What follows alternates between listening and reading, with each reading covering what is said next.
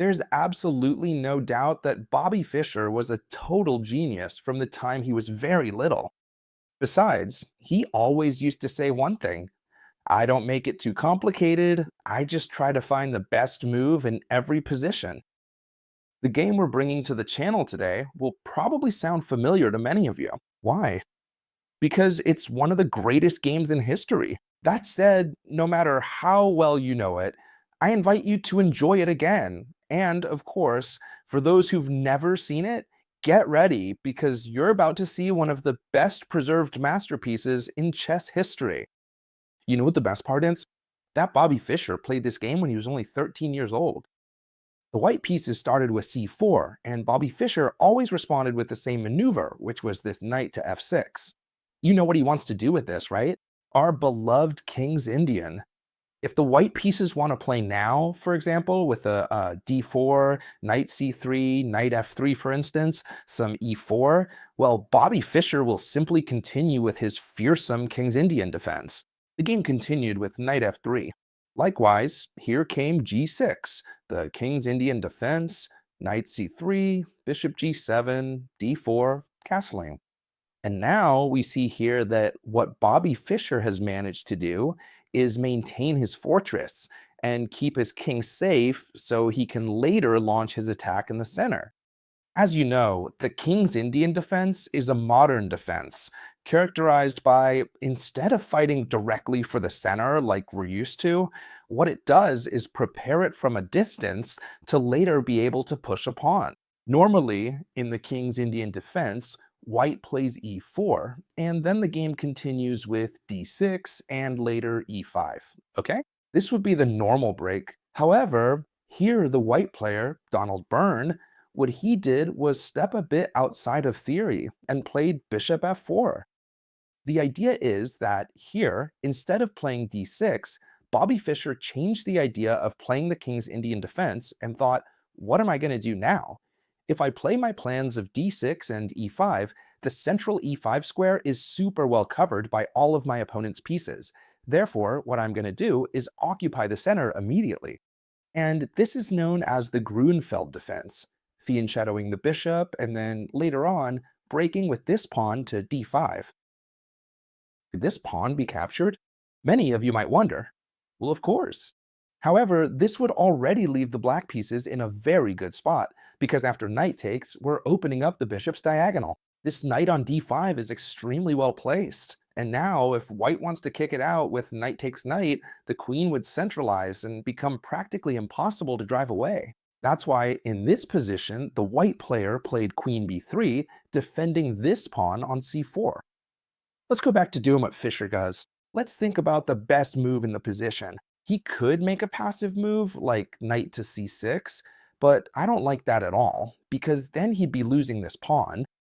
If I decide to move the bishop now, the exact same thing would happen. So here Fischer thinks, you know what, I'm going to make this pawn exchange, because that way I force my opponent to move the queen again and also place it in a position that doesn't seem very stable. Because at some point, I'm going to play this bishop to e6, and I'll have to drive it away while gaining time. It's always great news to develop a piece while attacking the opponent. Therefore, bishop to e6 here would be a very good move. Could be played immediately, bishop to e6? Well, it wouldn't be a bad move, but hey, first they're threatening something very important, and that's this pawn on c7. Therefore, bishop to e6 wouldn't be the best move in the position. What would Fischer say? I'm going to think of the best move, in this case defending this pawn, c6. I cut off any entry path for the queen and later prepare this bishop attack. The game continues with e4, which could be followed by several options, but bishop to e6 is perhaps not the best, because queen to d3 would calmly follow, and white has occupied the center very strongly.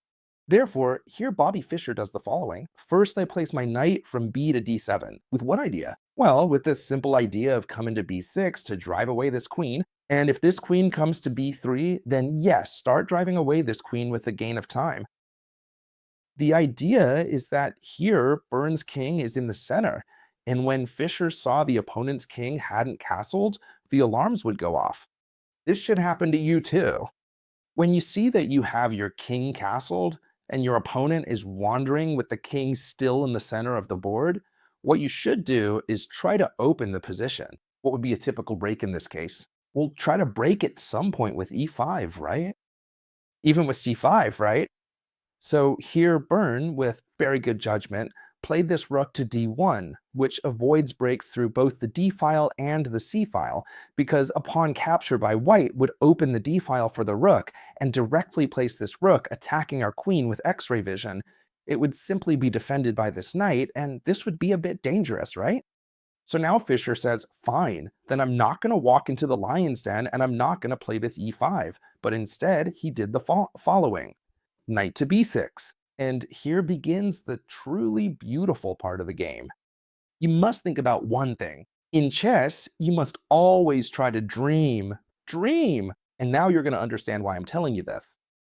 The white pieces here didn't want to make the completely correct move, queen to b3, because they were afraid of exactly what I was telling you. Bishop to e6, the queen would have to retreat. Black has already developed everything, while white still needs to develop this bishop and then castle. Therefore, here, black simply, probably already, has a bit of an advantage. And what does Byrne do then, after the queen is threatened by the knight? Well, he places it on this square, queen to c5. And here is where the masterpiece begins.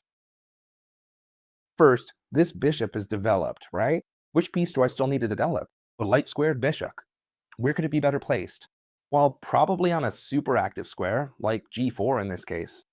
I directly pressure this knight, and depending on what you do, I'll give up my bishop to open up the position, and this king won't be safe castling short because you'd have an open file. Now, pay attention, because one of Bobby Fischer's best moves and most logical ideas would be this: bringing this knight to d7, kicking out a queen that's left in a bit of a bad spot, and staying very active in this position. But here, what Byrne did was prevent it with the move bishop to g5. With why, idea? Well, now this knight can't be moved because simply both the bishop and queen converge on the d7 point, and therefore we couldn't continue, right? Here, the black player would be going crazy if he does this. But here, what if I told you that Fischer went much crazier than what I just showed? He started dreaming and thought, how I'd love to take this pawn, right? It would be fantastic. I open the position, attack the queen, my knight is centralized, I start opening lines because the king is in the center. But of course, there's something stopping me, the knight, right? And so here, most of us, most mortals, would probably think, well, if I want to take here and the knight is stopping me, let's see how I can kick this knight out. Oh, okay, I can't kick it out. Well, that's it, change of plans. Pay attention to the move Bobby Fischer made because it's one of the best moves you'll see in a long time. Knight to a4. With what idea? Well, obviously, to kick out this knight from c3, they're definitely going to kick it out. Why? Because the queen is also under attack. If white decides to capture this knight now, we'd simply enter a super fun variation where black would win the game with almost total certainty. With this knight takes e4, the variations would be fabulous. When the queen moves, the black queen could come in with with queen to a5 check, I take the knight. I could also be pressuring this bishop from the 5th rank, which is also being threatened by the knight. Therefore, this would be quite dangerous for the white pieces. But you know what? Here, the white player didn't have much he could do. He made a good move, queen to a3. But of course, if Fischer's goal was to eliminate this knight, even if they don't capture it, I'm going to capture it myself. And now you no longer have any defenders for this point. I'm sure the player with the white pieces here thought, I don't think Fischer would dare capture this pawn, because then I'd be threatening this d7 point again, and I'm just making up a variation here. Knight takes e4, bishop takes e7 could be very logical. And it seems like white would be better here, because they're attacking the queen and the rook, right? You know what Fischer did, right? Of course, knight takes e4. He always tried to find the best move in the position. And why is knight takes e4 the best move in the position? Well, even though he's letting them in at the d7 point, which is exactly what happened in the game, Fischer valued the following. At this moment, what matters most to me isn't material, but dynamism. And why? When should we think about these types of strategies? When our opponent is very insecure. The king, how is he? In the center of the board. What are you doing to me? Opening the center file. I don't care if you capture a piece around here. For example, queen b6, and what I want to do is open the file for the rook. Whether you capture the rook or not, for example, if you capture the rook here, which didn't happen in the game, I could continue, for example, I'm thinking bishop takes, attacking the queen, and then I could bring the rook to the open file, and simply, in exchange for the exchange, I have a beastly attack, right? And so here Fisher understood perfectly that he had to value dynamism. If you start to learn these types of patterns, the good thing is that you won't have to kill yourself thinking about every single variation, but you'll already understand that this position requires dynamism, I can sacrifice here, this position requires opening the center, right? And all that sort of thing. Of course, you can study these things perfectly in the academy that I'm leaving for you, as always, down here in the description. The game continued with bishop c4, a move that at first glance is very good. It activates all the pieces. It doesn't fall, let's say, into the trap of taking material, but instead develops the bishop to later be able to put his king in safety. But look at what Bobby Fischer did. Knight takes c3. With what idea? He's given away the knight again. Question: can this knight be captured with queen takes c3? Maybe it wouldn't be the best news, because after rook to e8, one of the two, that bishop would be pinned, which will definitely be recaptured, and therefore black would be left with two extra pawns. Of course, this position would be quite advantageous for the black pieces. So here, what did the white player do? Well, here he made a very good move. At first glance, bishop c5. I'd ask you one thing. Here, white is threatening the queen and also threatening the knight, and it seems there's no logical way to defend both pieces at once. It's true, they can give us a check, and that's what Fischer did, but, well, the king moves away. And now what? How do you defend these two pieces? Well, in this variation, there's only one move that maintains the advantage for Fischer, and it's a tremendously difficult move, sacrificing the queen completely with this bishop e6, which really is it's a move well. For those of us who love chess, it's an amazing move. Question: can the white pieces accept this challenge and take the queen? That's what happened in the game. So right now, we'll see what happens. On the other hand, could they try not to take the queen and come, for example, to exchange this bishop they just placed on e6? Well, then this check would follow here, and the ideas of the smothered mate would be completely present. You surely know what the smothered mate is, right? It would continue with the knight here, then the knight here, the queen would enter sacrificing itself and mate with the knight. If you don't know the smothered mate, I recommend you look it up, because it's one of the most beautiful mates in chess. The idea then is that white here accepted the challenge and took the queen. And pay attention, because here the game continued as follows. Bishop takes c4, check, and we enter a windmill style position. What do I call the windmill? Well, when the knight enters giving check, the king has to move into the discovered check, and now the knight can go around giving checks wherever it wants, because it can simply eat everything in the position, since the king can't do anything else but this. See?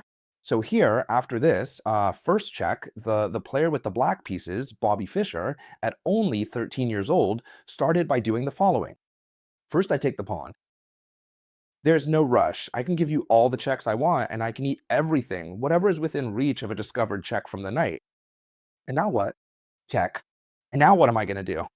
Well, now I'm going to give you this check to come and take the rook. First, I took the pawn because it was free, and I opened lines for the bishop. Now I come to take the rook. Jack. Question: would you take the rook immediately or not? Because if you take the rook immediately, we wouldn't have enough material. We must, as Bobby Fischer always says, look for the best move in the position. And which one is it? First, I take the bishop.